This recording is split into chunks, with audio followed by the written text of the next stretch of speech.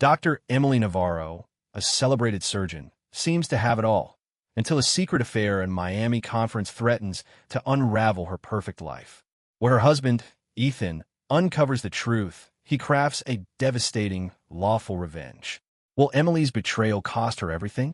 Buckle up for a roller coaster of deception, heartbreak, and a shocking twist that'll leave you speechless. Dr. Emily Navarro stepped out of the operating room, peeling off her gloves as the patient's steady heartbeat echoed from the monitor.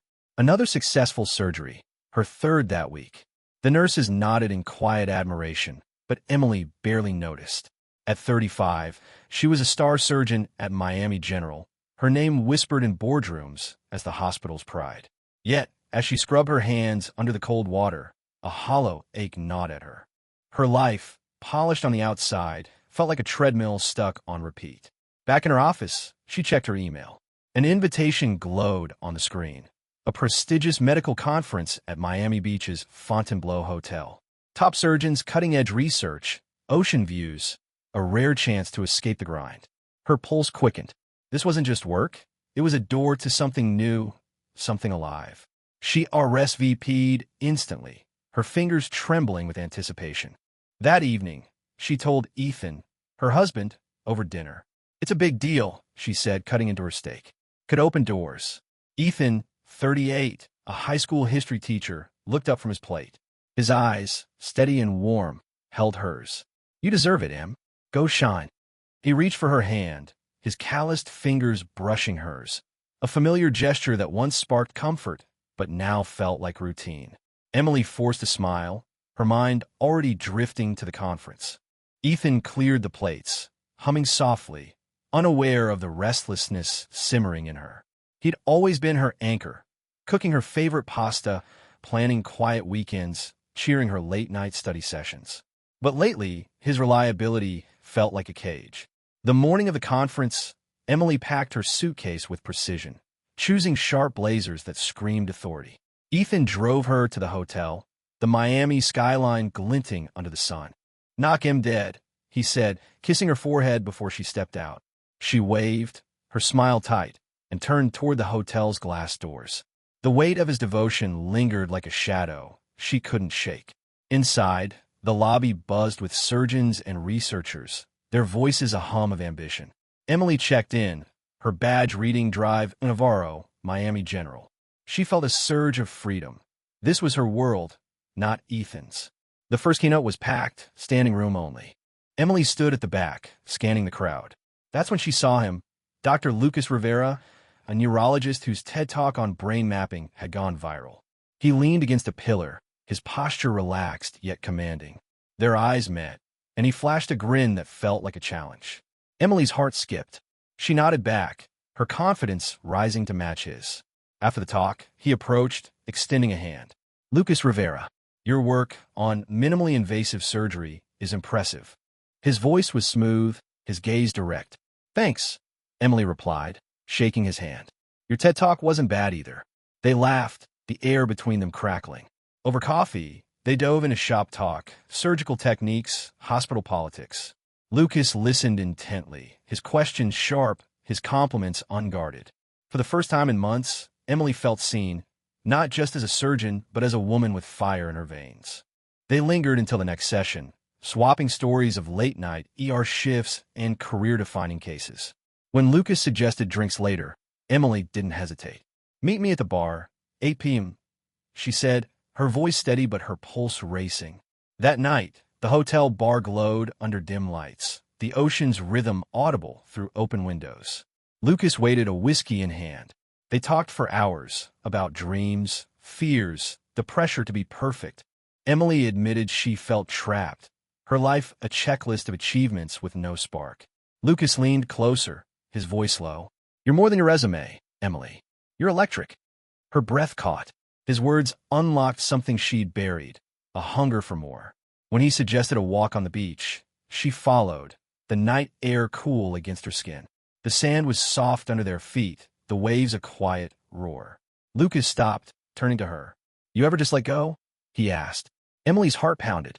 She knew what he meant, what this moment could become. For years, she'd calculated every move, but here, under the stars, reason slipped away. She stepped closer, her lips meeting his. The kiss was fire, urgent, reckless. They stumbled back to his room, the door clicking shut behind them. Passion overtook restraint, and Emily surrendered to the thrill, consequences a distant thought. Back in Miami, Ethan sat at his desk, grading papers under a desk lamp's glow. His phone buzzed, an email from an unknown sender. He opened it, his stomach dropping. Photos loaded slowly. Emily and Lucas, laughing, touching, kissing on a balcony. A message followed. You deserve to know.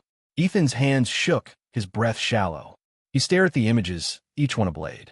The man he'd been, patient, trusting, cracked under the weight of betrayal. He closed his laptop, his face unreadable. In that moment, Ethan made a choice. He wouldn't confront her yet. He'd plan, wait, and make her feel the cost of her choices, without ever raising his voice. Emily woke in Lucas's hotel room, the Miami sunrise filtering through the blinds.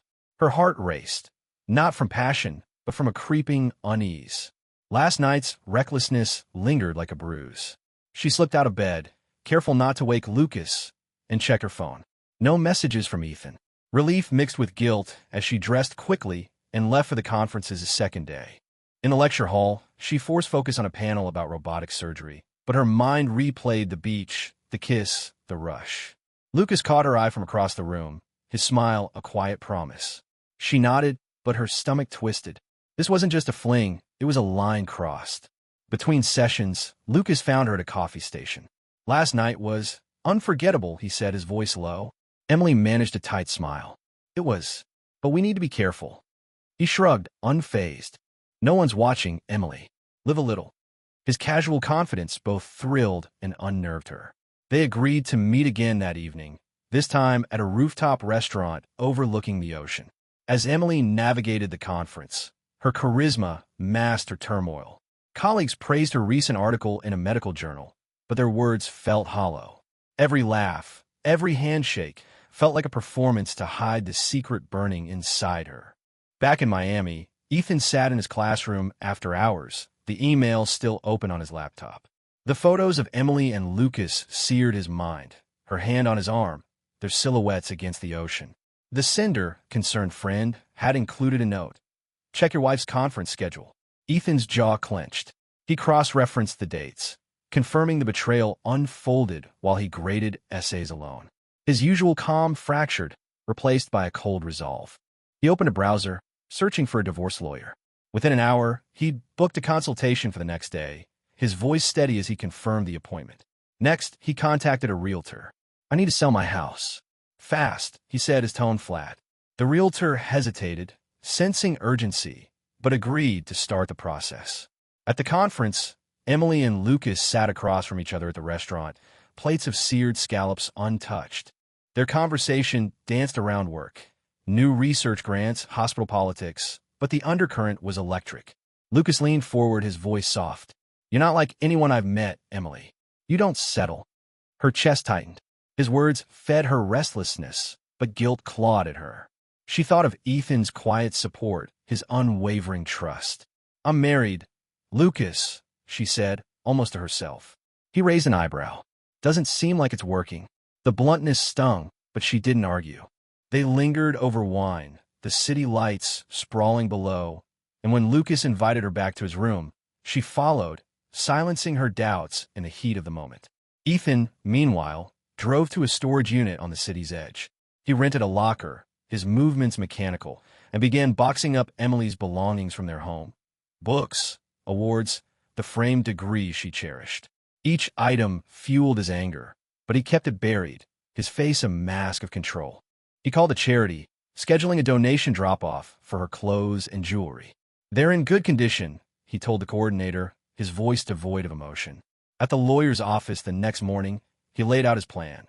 Divorce, asset division, no confrontation until everything was ready. The lawyer, a sharp woman named Rachel, nodded. We'll protect your interests, Mr. Navarro. She won't see it coming. Ethan's lips twitched, not a smile, but a flicker of satisfaction. On the conference's final day, Emily delivered a presentation on surgical innovations, her voice commanding the room. Applause followed, but she felt detached, her mind split between triumph and dread. Lucas watched from the front row, his gaze intense. After, he pulled her aside. "Come to my next conference in Chicago. We could be unstoppable together." The offer tempted her, a vision of a life unbound by routine, but Ethan's face flashed in her mind. "I need time," she said, stepping back. Lucas shrugged, unfazed. "You know where to find me." They parted with a quick hug, his hand lingering on her waist. Emily boarded her flight home, her heart heavy with conflicting desires. She told herself it was over, a brief escape she could bury. Ethan waited at home, the house eerily quiet.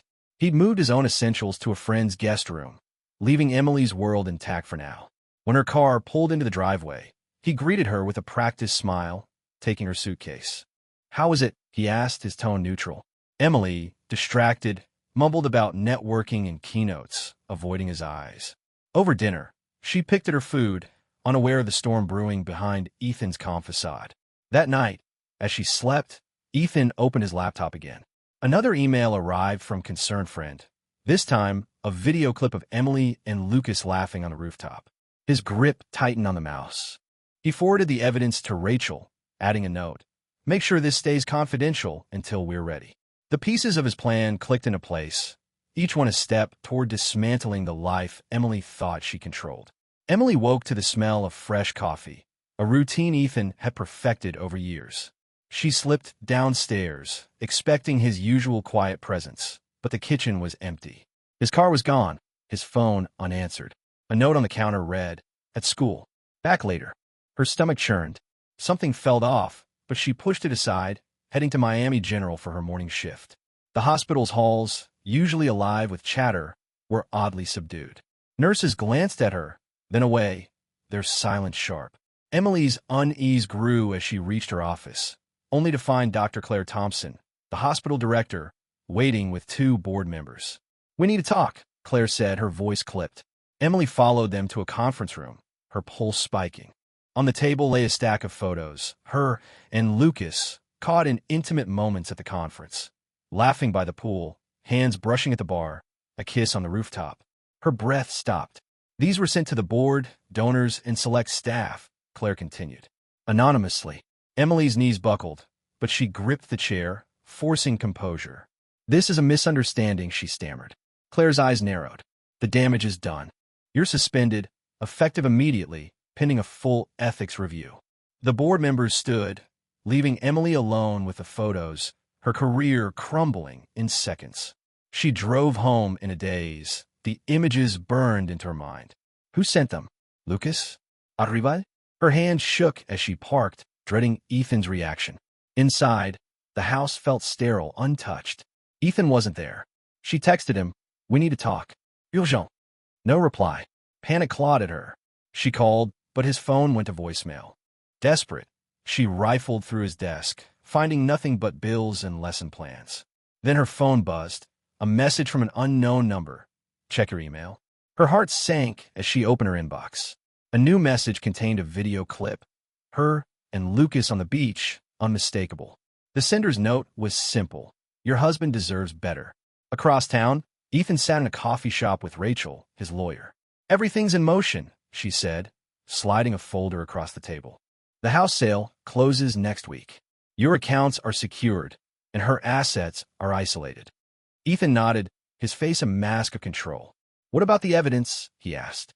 Rachel tapped the folder. "The photos and videos are ready to be submitted if she contests the divorce. She won't have a leg to stand on." Ethan leaned back, his mind racing. He'd spent days orchestrating this, contacting the realtor, transferring funds, even tipping off a hospital donor about the photos through an untraceable email. His pain had hardened into strategy, each step calculated to strip Emily of her security. Emily, frantic, drove to Ethan's school. The parking lot was empty. Classes had ended. She called a colleague, Dr. Patel, hoping for clarity. "Everyone's talking," Patel said, his voice tense. "Those photos hit every major donor's inbox. The board's furious." Emily hung up, tears stinging her eyes. She returned home, finding Ethan's car in the driveway. Her heart leapt. Maybe they could talk, fix this. She rushed inside, but Ethan stood in the living room, arms crossed, his expression unreadable. Ethan, she started. He cut her off, his voice low, steady. I know about Lucas. I've seen everything. Her knees weakened. It was a mistake, she pleaded. Please, let me explain. Ethan held up a hand. No, you don't get to explain. He gestured to the hallway, where her suitcases sat, packed. Your things are there. The house is sold. My lawyer will contact you about the divorce. Emily's breath hitched. Sold? Ethan, this is our home. His eyes, usually warm, were ice. Not anymore. You made your choice in Miami Beach. He handed her a storage unit key. The rest of your stuff is there. Don't come back. He walked away, leaving her frozen, the door clicking shut behind him. Emily stood in the driveway, staring at her suitcases, the weight of her actions crushing her. She loaded them in her car and drove to a motel, its flickering sign a stark contrast to her former life. Checking in, she collapsed on the bed, her phone buzzing with notifications, colleagues distancing themselves, friends asking questions. She opened her email again, finding another message from the unknown sender. Consequences hurt, don't they? Attached was a screenshot of her hospital ID, now marked suspended. Emily's hands trembled. Someone was orchestrating this, someone who knew every detail. She thought of Lucas's wife, Isabella, but had no proof. Her world was unraveling, and she was alone, caught in a trap she couldn't escape. Meanwhile, Ethan met with the realtor, signing the final papers for the house sale. You're moving fast, the realtor noted. Ethan didn't smile. I'm moving on. He drove to a new apartment across town, his belongings already unpacked. In his hand was a burner phone, the one he'd used to send the anonymous tips. He powered it off, dropping it into a drawer. Emily's betrayal had shattered him, but he wouldn't let it define him. The next phase of his plan, ensuring she faced every consequence, was already in motion. Emily sat on the motel bed, the hum of a faulty air conditioner filling the silence. Her phone lay dark. No replies from Ethan, no calls from colleagues. The hospital's suspension letter, delivered by email, burned in her memory. Indefinite suspension due to ethical misconduct. She opened her laptop, desperate for a lifeline, and searched for job postings. Every hospital in Miami had received the photos. Her reputation was radioactive. A text from an old friend, Maria, popped up. Heard what happened. I'm so sorry. Emily didn't respond. Sympathy felt like pity, and she couldn't stomach it. She drove to the storage unit Ethan had mentioned, her hands gripping the wheel. The facility was a maze of cold, metal doors. Using the key, she opened her assigned locker, finding boxes of her belongings, books, framed awards, a few photo albums. Her breath caught as she spotted her medical journals, dog-eared from years of study, now stacked like relics of a lost life. A note taped to one box read, "Donated the rest to charity." Her stomach twisted. Ethan had given away her clothes, her jewelry, pieces of her identity. She sank to the concrete floor, tears falling silently. This wasn't just punishment, it was erasure. Across town, Lucas Rivera faced his own reckoning. He sat in his office at a rival hospital, summoned by his director. The same photos that ruined Emily had reached his board, along with a detailed email outlining his unprofessional conduct. His charm couldn't save him. The director demanded his resignation. Lucas tried to argue, citing his research credentials, but the decision was final. You've embarrassed us, the director said, sliding a termination letter across the desk. Lucas left, his career in ashes. At home, he found a note from Isabella. I'm gone. Don't contact me. His apartment was half empty, her clothes, books, and presents erased. He poured a drink, staring at the city skyline, realizing he'd gambled everything and lost. Emily, desperate for answers, called Dr. Patel again. Who sent those photos? She pressed. Patel hesitated. No one knows. They came from a burner email, untraceable. But they hit every major player, donors, board, even the press. Emily's heart sank. A local news site had already published a vague story. Miami surgeon suspended amid scandal. Her name wasn't mentioned yet, but the damage was done. She texted Ethan again. Please, let's talk. I need my things back. No response. She drove to their house, hoping to catch him, but a sold sign stood in the yard. A neighbor, watering plants, avoided her gaze. He moved out days ago. The neighbor muttered, turning away. Ethan, now settled in a modest apartment in Coral Gables, met with Rachel, his lawyer. She's been texting, he said, sliding his phone across the table. Rachel scanned the messages. Ignore her. We're ready to file for divorce. The house sale cleared, and your finances are secure. Ethan nodded, his jaw tight. He'd redirected their joint savings to a new account, leaving Emily with only her personal funds, now nearly depleted. Rachel handed him a draft of the divorce papers. She'll be served tomorrow. The evidence we have, photos, videos, timestamps, ensures she can't contest it. Ethan stared at the papers, a flicker of pain crossing his face. She thought I'd just take it, he said quietly. Rachel leaned forward.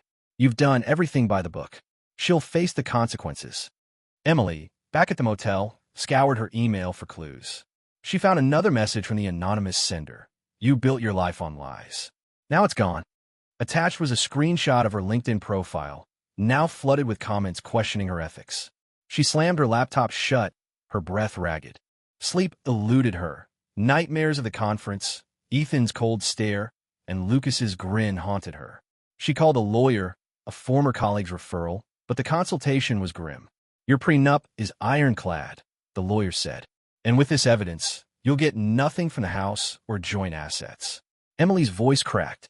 He can't just erase me like this. The lawyer's silence was answer enough. The next morning, a courier delivered divorce papers to the motel.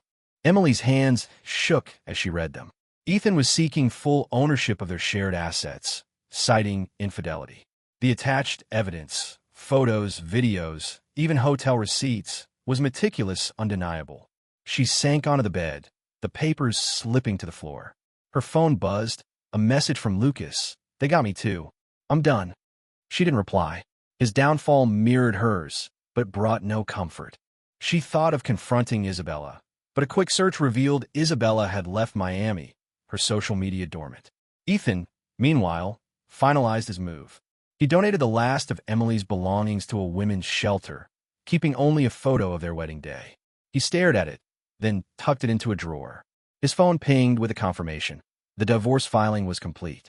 He walked to his balcony, the Miami skyline glittering in the distance. For the first time in weeks, he exhaled fully, the weight of betrayal lifting slightly. Emily's world was collapsing, but it was just beginning. He'd planned every step with precision, ensuring her fall was as public as her betrayal had been private. Emily clutched the divorce papers, the ink of her signature still fresh from the lawyer's office. The meeting had been swift, clinical. Ethan hadn't shown up. His lawyer, Rachel, handled everything, her voice sharp as she outlined the terms. Emily got nothing. No house, no savings, just a storage unit key and a fractured reputation. She drove to a diner, ordered black coffee, and stared at the papers, the finality sinking in. Her phone buzzed with a job rejection from a small clinic, the fifth that week. We can't overlook the publicity, the email read. Her scandal had spread, a shadow she couldn't outrun. Desperate, she emailed Lucas, hoping for answers. Did you know about the photos? She typed. His reply came fast. I'm as screwed as you. Isabella sent them. She's gone. Emily's jaw tightened. Isabella's revenge had been surgical, dismantling both their lives. She tried calling Ethan again, begging for a conversation, but his number was disconnected. She drove to the storage unit, hoping to salvage something. Inside, she found only half her belongings, textbooks, a few awards, nothing of real value. The rest, she knew, was gone, donated by Ethan's hand. She sat among the boxes, her chest tight, realizing she'd underestimated his resolve. Across the state, Ethan unpacked in his new apartment in Tampa. He'd taken a teaching job at a community college, a fresh start far from Miami's whispers. His phone stayed off, shielding him from Emily's pleas. At night, he met Rachel for coffee, reviewing the divorce's closure. She signed everything, Rachel confirmed. The house funds are yours, and her career's dead in the water. Ethan nodded, his face unreadable. He'd sent the final anonymous email to Emily himself, ensuring she knew the weight of her actions. She'll survive. System, rebuild, he said quietly. Rachel raised an eyebrow. Cold but effective. Ethan didn't respond, his mind on the future, not the past. Emily, back in Miami, took a job at a low-end urgent care clinic, far from the prestige of Miami General. The work was grueling, the pay barely covering her motel rent.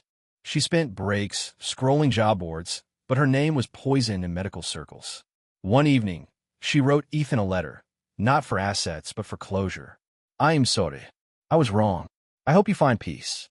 She mailed it to his old address, knowing it might not reach him. The next day, it returned, marked undeliverable. Ethan had vanished completely, leaving no trace for her to follow. Lucas, now in a small practice in Orlando, faced similar struggles. His reputation, once golden, was tarnished. He texted Emily, suggesting they meet to strategize, but she ignored him. His betrayal had been mutual, but she couldn't face him. Instead, she visited a community center, volunteering to teach first aid classes. The work was unpaid, but the gratitude in people's eyes sparked something new in her, a flicker of purpose. She signed up for more sessions, her hands steady as she demonstrated CPR, her voice finding strength. Ethan attended a college faculty meeting, his calm demeanor earning colleagues' respect. After work, he walked Tampa's waterfront, the sunset painting the sky. He pulled the wedding photo from his pocket, studying it one last time before tossing it into the bay. His phone pinged, a message from a friend in Miami. "Heard about Emily. Rough fall."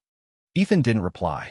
He'd rebuilt his life, piece by piece, while Emily's crumbled. His revenge, lawful and precise, had stripped her of everything she valued, mirroring the pain she'd caused. Months later, Emily stood before a small group at the community center teaching wound care. A woman thanked her, eyes shining, and Emily felt a pang of redemption. She'd lost her career, her marriage, her status, but she was starting to rebuild, not with ambition, but with humility. Driving to her new apartment, a modest one-bedroom, she passed the hospital where she'd once reigned. The lights glowed, but she didn't look back. Her mistakes had cost her everything, but she was learning to live with the consequences. Ethan, now thriving, joined a local book club, his laughter genuine for the first time in months. He'd moved on, his heart no longer tethered to betrayal. Emily's letter, forwarded by a neighbor, arrived that week. He read it, then burned it in a small backyard fire, the ashes rising into the night. The lesson was clear. Actions ripple, and trust, once broken, leaves scars. Emily faced her truth, finding purpose in service, while Ethan embraced a life free of her shadow.